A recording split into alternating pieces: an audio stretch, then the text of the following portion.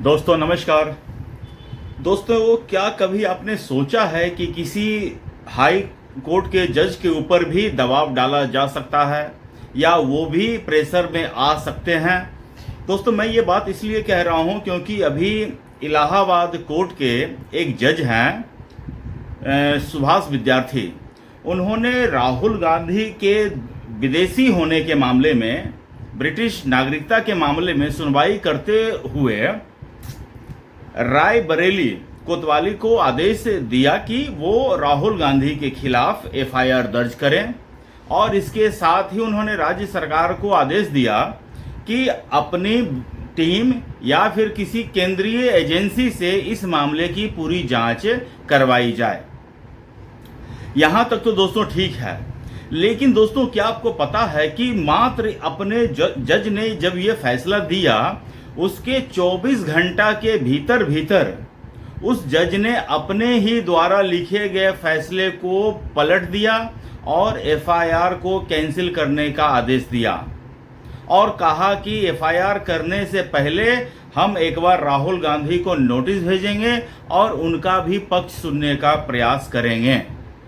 दोस्तों इसी के बारे में हम लोग बात करेंगे। तो दोस्तों पहले समझने का कोशिश करते हैं कि पूरा मामला क्या है। दोस्तों मामला है राहुल गांधी के दोहरी नागरिकता को लेकर। भारतीय जनता पार्टी के एक सदस्य हैं विघ्नेश शिशिर, वो राय बरेली के एमपी एमएलए कोर्ट में एक याचिका डालते हैं कि राहुल गांधी विदेशी नागरिक हैं, ब्रिटिश का उनके पास पासपोर्ट है, इसलिए उनकी भारत की नागरिकता रद्द की जाए और उनके खिलाफ एक एफआईआर दर्ज किया जाए। हालांकि रायबरेली कोर्ट ने उनके इस याचिका को खारिज कर दिया। उसके बाद शिशिर विघ्नेश जो हैं वो पहुंच जाते हैं इलाहाबाद हाई कोर्ट। वहां की लखनऊ बेंच में इनके मामले की सुनवाई होती है, मामले को एक्सेप्ट करते हैं और उनकी सुनवाई होती है। और जो विघ्नेश शिशिर ने जो साक्ष्य अदालत को प्रस्तुत किए उसको लेकर अदालत के जो जज थे वो उनसे प्रभावित होते हैं। उनको लगता है कि हाँ ये साक्ष्य जो है ये ठोस आधार बनता है। तब उन्होंने गृह मंत्री और एक्सटर्नल अफेयर मिनिस्टर को नोटिस जारी किया और इस मामले में उनको भी पार्टी बना दिया। यहाँ तक भी ठीक है। तो गृह मंत्रालय ने अपनी एक डिटेल रिपोर्ट जो उन्होंने ब्रिटिश की संसद से लेकर वहां के कॉर्पोरेट अफेयर से लेकर अपना एक जांच पड़ताल करके एक रिपोर्ट वहां से मंगवाया और इलाहाबाद हाई कोर्ट में उन्होंने अर्जी दी कि चूंकि ये बड़ा सेंसिटिव मामला है, भैया गांधी परिवार भारत के प्रथम वंशज, उनके खिलाफ अगर कुछ मामला बनता तो सेंसिटिव ही है, देश में हो सकता है कि आग लग जाए। तो और जैसा राहुल गांधी कहते हैं कि ये जो मोदी सरकार है मुझसे डरती है, तो गृह मंत्री जो है डर के मारे थर थर कांपते हुए अदालत में कहती हैं कि मिलॉर्ड इसको हम ओपन कोर्ट में रख नहीं सकते हैं, इसको हम एक चेंबर मीटिंग में आपके सामने हम सारा प्रस्तुत कर देंगे। तो ऐसे ही हुआ, जज साहब के चेंबर में गृह मंत्रालय की टीम जो है जाती है और उनको उनका साक्ष्य प्रस्तुत कर देती है। उसके बाद जज को लगा कि नहीं, ये जो साक्ष्य प्रस्तुत किए गए हैं उसमें दम है और ये पूरी तरह से अब सिद्ध होता है कि राहुल गांधी के पास से दोहरी नागरिकता है। दोस्तों भारत में दोहरी नागरिकता का कॉन्सेप्ट है ही नहीं। अगर आप या मैं किसी भी अन्य देश का नागरिकता ग्रहण करते हैं तो भारत की नागरिकता स्वतः समाप्त हो जाती है। लेकिन अब ये मामला है राहुल गांधी से। राहुल गांधी इस देश के चश्मो चिराग, समझ रहे हैं, सूरज के खानदान के वंशज हैं वो, और वो एक देश की क्या 50 देश की नागरिकता रख लें तो भी सब जानता है कि राहुल गांधी किसके बेटे हैं। लेकिन किसके बेटे हैं उससे ज्यादा महत्वपूर्ण है कि आप प्रोसेस को फॉलो कर रहे हैं कि नहीं कर रहे हैं। अगर आपने कहीं और का नागरिकता ले लिया है तो आपके भारत देश की नागरिकता खत्म हो जाती है। लेकिन इस देश का देखिए दोस्तों कितना विडंबना है। इस देश का, भारत ब्रह्मांड का अब पहले काइंड ऑफ ऐसा देश होगा कि एक विदेशी नागरिक यहाँ 20 साल से यहाँ के संसद में घुसकर बैठा है और 2004 से 14 तक तो वो सुपर पीएम था। पीएम तो उसके आगे नौकर थे, मनमोहन सिंह तो उसके बाप का नौकर था, उसकी मम्मी का साड़ी धोया करता था, साया खींचता था, और वो एक विदेशी आदमी है। मतलब उसकी इतनी पावर थी कि अगर मनमोहन सिंह ने कोई बिल पास किया है, कोई अध्यादेश लाया है, तो उस राहुल गांधी की इतनी हैसियत होती थी, उस विदेशी राहुल गांधी की इतनी हैसियत होती थी कि वो उस बिल को कभी भी फाड़ सके। बीच सभा में फाड़ दिया और पूरा का पूरा भारत के पब्लिक, भारत की सरकार तमाशा देखते रहे। किसी में इतनी हिम्मत नहीं हुई कि राहुल गांधी को कुछ बोला जा सके। खैर, समय का पहिया घूमता है। अब राहुल गांधी पिछले 12 साल से जो है विपक्ष में हैं, और 2024 के तो बाद तो वो एलओपी भी हैं, लीडर ऑफ ऑपोजिशन हैं, और लीडर ऑफ ऑपोजिशन को तमाम तरह की जो सुविधाएं मिलती हैं राहुल गांधी सबका उपभोग भी कर रहे हैं। कहीं आपने सुना है अमेरिका में ऐसा होता है, इंग्लैंड में ऐसा होता है, ब्रिटेन में ऐसा होता है, जापान में ऐसा होता है, चाइना में ऐसा होता है? कहीं सुना है आपने? नहीं सुना है। ये सिर्फ भारत में ही हो सकता है। ये जो गांधी परिवार के नाम पर इस देश को जो बंधक बना के रखा गया है, ये उसी का परिणाम है। खैर, तो राहुल गांधी के खिलाफ जब केंद्र सरकार ने, गृह मंत्रालय ने अपनी रिपोर्ट सौंपी, तो जज सुभाष विद्यार्थी जो हैं राहुल गांधी के खिलाफ एफआईआर दर्ज करने के आदेश दे देते हैं, और ये भी कहा जाता है कि एफआईआर दर्ज होंगे और इस मामले की जांच जो है केंद्रीय एजेंसियां करेंगी, चाहे सीबीआई करे, एनआई करे, जो भी करना हो करे। क्या होता है 24 घंटे के अंदर कि विद्यार्थी जी को अपना ही फैसला बदलना पड़ रहा है, पलटना पड़ रहा है, और वो कहते हैं कि हमने एक पुराने मामले को रेफर किया है और उसमें कुछ ऐसा होता है तो जो आरोपी हैं उनके ऊपर हम उनका भी विचार सुनते हैं।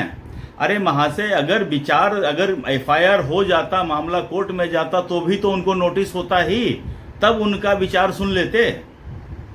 ऐसा थोड़ी है कि एफआईआर होते ही तो आगे के भी प्रोसेस होते हैं। राहुल गांधी की टीम जाती, एफआईआर की कॉपी लेती, कोर्ट जाती, एफआईआर को क्वेश्चन करने का नोटिस डालती, अपील करती, सुप्रीम कोर्ट जाते। राहुल गांधी के पास बहुत सारे ऑप्शन थे, लेकिन स्वयं जज महोदय सोचे कि राहुल गांधी इतना तकलीफ करने क्यों जाएंगे, हम ही कर देते हैं। तो उन्होंने फिलहाल एफआईआर पर रोक लगा दी है और राहुल गांधी को नोटिस भेज के अगली हियरिंग की डेट दे दी है। दोस्तों, मुझे लगता है कि इस देश में कुछ न कुछ गड़बड़ है। जज महोदय से आप पूछिए कि कितने ऐसे एफआईआर हैं जो लिखने से पहले आरोपी को बुलाकर पूछा जाता है कि भैया तुम भी अपना इस पर पक्ष रख दो, तब एफआईआर दर्ज होगा। मैं कानून का बहुत ज़्यादा ज्ञाता नहीं हूँ, लेकिन जस्ट कॉमन सेंस मुझे लग रहा है कि अगर कल मान लेते हैं किसी ने मर्डर किया है, मैं उसके खिलाफ जाऊंगा एफआईआर लिखवाने के लिए, तो क्या पुलिस मर्डरर को बुला के बैठाएगी कि हाँ भैया तुम भी बैठो, देखो ये बात बोल रहा है और तुम अपना पक्ष रखो, तब हम इसका एफआईआर लिखेंगे? ऐसा कहीं सुना है आपने? नहीं सुना है। तो फिर अचानक रात के समय जज महोदय को सपने में क्या आता है कि एक रेफरेंस के तौर पर दूसरे केस का मामला वो देखते हैं जिसमें एफआईआर करने से पहले आपको जो दूसरा पक्ष है उसकी भी आपको राय सुननी होती है, या फिर उस 24 घंटे के अंदर में कुछ ऐसा होता है, किसी का फोन जाता है, किसी का क्या जाता है। जुडिशियरी में तो सब कुछ पॉसिबल है ना। अभी आप देखिए ना, तेलंगाना हाई कोर्ट ने पवन खेड़ा को, मतलब उसका काम ही नहीं, उसका मतलब ही नहीं है, फिर भी उसने टांग अड़ा कर डाल दिया कि लो भैया जमानत ले लो। और सुप्रीम कोर्ट में फिर जब असम की सरकार सुप्रीम कोर्ट जाती है तो सुप्रीम कोर्ट ने ये कहा कि Telangana I am surprise to see how Telangana high court has granted interim bail for this person. तो आपने आश्चर्य व्यक्त किया, लेकिन क्या उस जज के प्रति आपने कुछ एक्शन लिया कि वो आउट ऑफ द बॉक्स जाकर किसी को जमानत देता है जो कि सही नहीं है? तो फिर आपने उस जज को अकाउंटेबल बनाया क्या? अब तो वो जजों को क्या ऐसा कौन सा प्रोटेक्शन मिला हुआ है, कवच मिला हुआ है कि वो तीर उसके अंदर घुस ही नहीं सकता है। जज को ऐसा प्रोटेक्शन क्यों है? इस देश में हजारों फैसले, लाखों फैसले ऐसे होते हैं जिनको ऊपरी अदालत में जाकर बदल दिया जाता है। और हम सब जानते हैं कि न्यायालय में पैसे का गंदा खेल खेला जाता है। जजेस जो है पैसे लेकर निर्णय देते हैं। जजेस के घर में नोटों की बोरियां मिलती हैं और न्यायपालिका चुप है। क्या इस देश में न्यायपालिका कॉम्प्रोमाइज है? मैं ये पूछ रहा हूं सवाल, बहुत बड़े लेवल पर यह सवाल हो सकता है। क्या इस देश में न्यायपालिका कॉम्प्रोमाइज है? अगर कॉम्प्रोमाइज नहीं है तो फिर न्यायपालिका को अकाउंटेबल क्यों नहीं बनाया जा रहा है?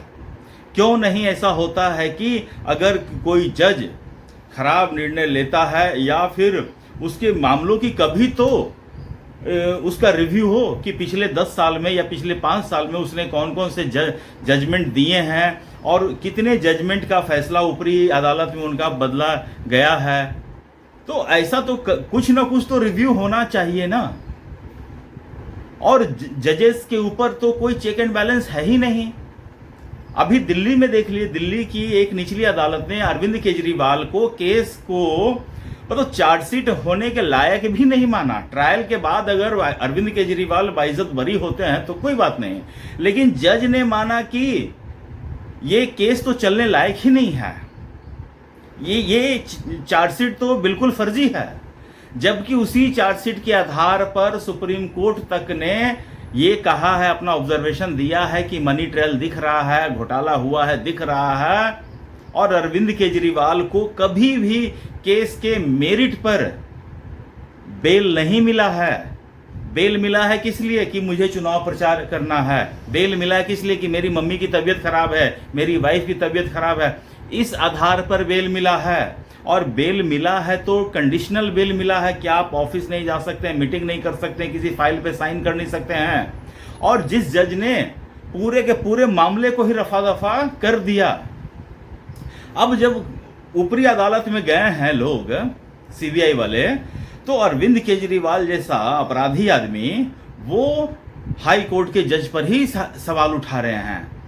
सवाल उठना चाहिए था राउज एवेन्यू कोर्ट के जज पर, लेकिन उल्टा अरविंद केजरीवाल को लग रहा है कि यहां से तो हम बच गए हैं, अब जो है किसी तरह हाईकोर्ट के जज पर ही उंगली उठा दें।